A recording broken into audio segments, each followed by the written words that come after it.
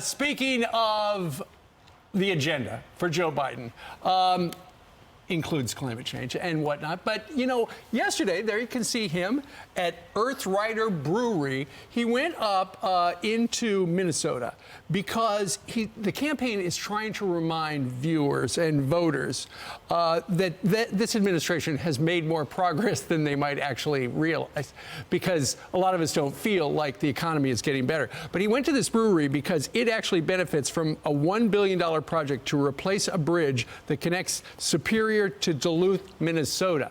So there he is there. But what he had to say just has got a lot of people scratching their heads. It's like, what is our president saying? Because I can't make... This is the second day in a row, by the way. Well, there's a lot of mush in here. Here's Joe Biden, our president. Folks, I'm here today to talk about something that doesn't get enough attention. The progress we're making to invest in America and American workers, American products. To invest in America, that's what we're doing. Bringing work, opportunity, and hope to the people and communities all across this country. It's unbelievable. I mean, it seems like the White House still doesn't understand, and if I could just break it down for them. A lot of people still have a lot of credit card debt, and so they're still not feeling the economy. A lot of people can't afford their rent right now. That's still hitting them, or they can't afford to even buy a house.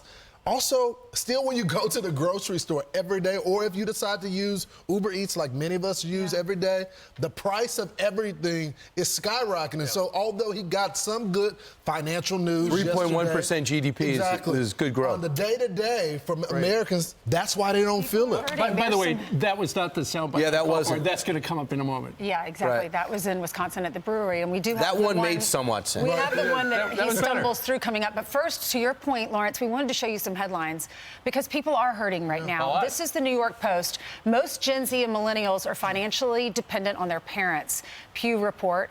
Then Fox Business says 1/3 of small business owners are worried their company won't survive in 2024. That's and terrifying. NPR says housing is now unaffordable for a record half of all U.S. renters, the study finds. If you read these articles, Gen Z, it says more than half of 18 to 34-year-olds still rely on mom and dad for some sort of an allowance. Only a fourth can pay all their bills.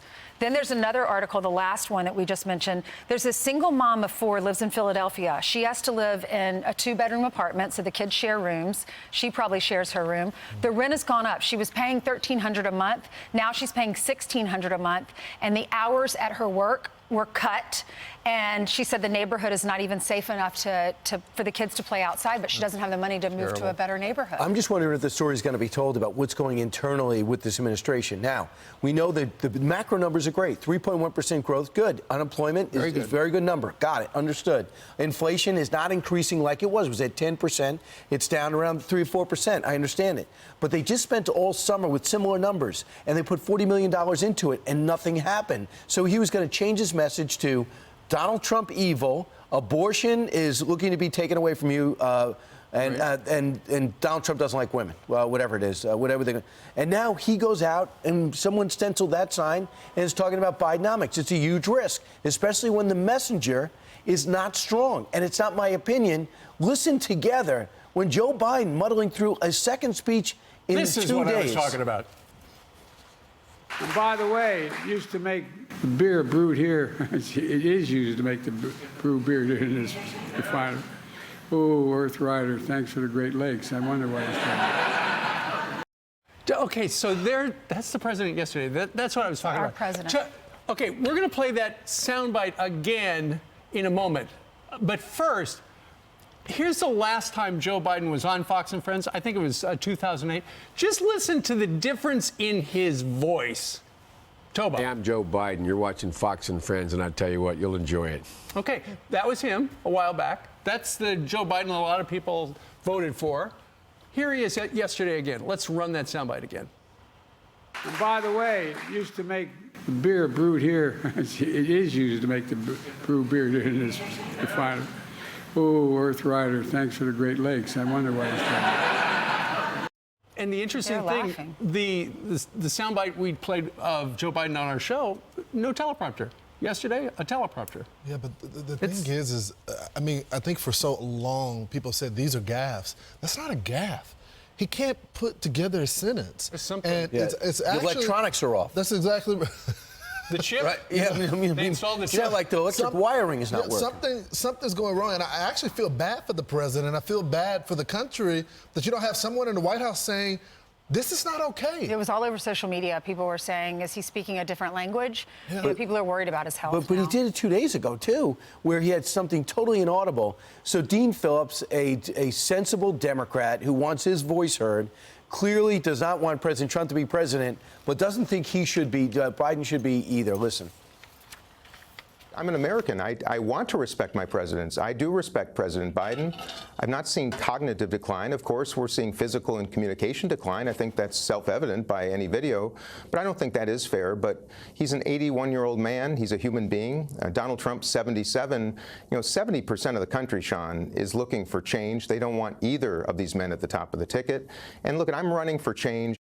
He is running for change. And here's the thing, and I think our White House correspondent, Peter Doocy, made this point yesterday or the day before, and that was the way this White House now, it was actually last night on Special Report, the way the White House now and the campaign is managing Joe Biden during the campaign is to minimize falling down. We heard about the bubble wrap strategy a while back, but now they're, for the most part, keeping him away from people as well. And Peter said last night, unlike every other person running for an office in 2024, Joe Biden is not out in crowds taking selfies with everybody. What are they going to do for the next year, though? He has to 9 go out. months. He Bubble has wrap. to speak. Right, but how do you win? How do you retain the presidency without campaigning against a guy that will out-campaign anybody? Exactly. He's all over the place. And to that point, Brian, I think that's why Governor Haley has to be listen, politics is a blood sport. They're going back and forth with rhetoric, her and the former president. But she has to be really careful with making the comparison that Donald Trump is comparing him to Joe Biden, when you can see how different he is. It's a Democratic argument. Exactly. It's such a Democratic argument. And people can see the difference with the way that Joe Biden communicates right there in that soundbite and how Donald Trump is crisscrossing the country back and forth in court and on the campaign trail, What talking if we clearly. have a terrorist attack? What if we have a natural disaster? Who's making the decisions behind the scenes? Who's making the decisions in the Middle East? Yeah. We had our Secretary of Defense who was not talking to our president, and no one cared. Yep. And yet we're under attack constantly in the Red Sea. We have a situation ready to explode in Gaza, and we know that Russia has designs on taking all of Ukraine. What do leaders of other countries think when they hear sound bites like that? Evidently, if you look at the reports, they're so relieved Donald Trump is not in the White House. Bracing. Yeah, they're bracing. They have, I don't hear much praise. I don't hear much derision. They like when America is not showing our muscle. Yeah. Well, an hour ago we played that soundbite of Joe Manchin at Pints and Politics down in South Carolina. He was drinking a beer at a brewery. We just showed you Joe Biden also at a brewery, but he doesn't drink. So that can't be an excuse. And Joe Manchin was at that brewery in Charleston and saying about the president's cabinet that they're all blank crazy. And they lose their jobs if he loses the office. That's right. So they're going to try to do everything they can to keep him in office so they can keep their jobs. They're not doing a great job running the show as well. I'm Steve Doocy. I'm Brian Kilmeade. And I'm Ainsley Earhart. And click here to subscribe to the Fox News YouTube page to catch our hottest interviews and most compelling analysis.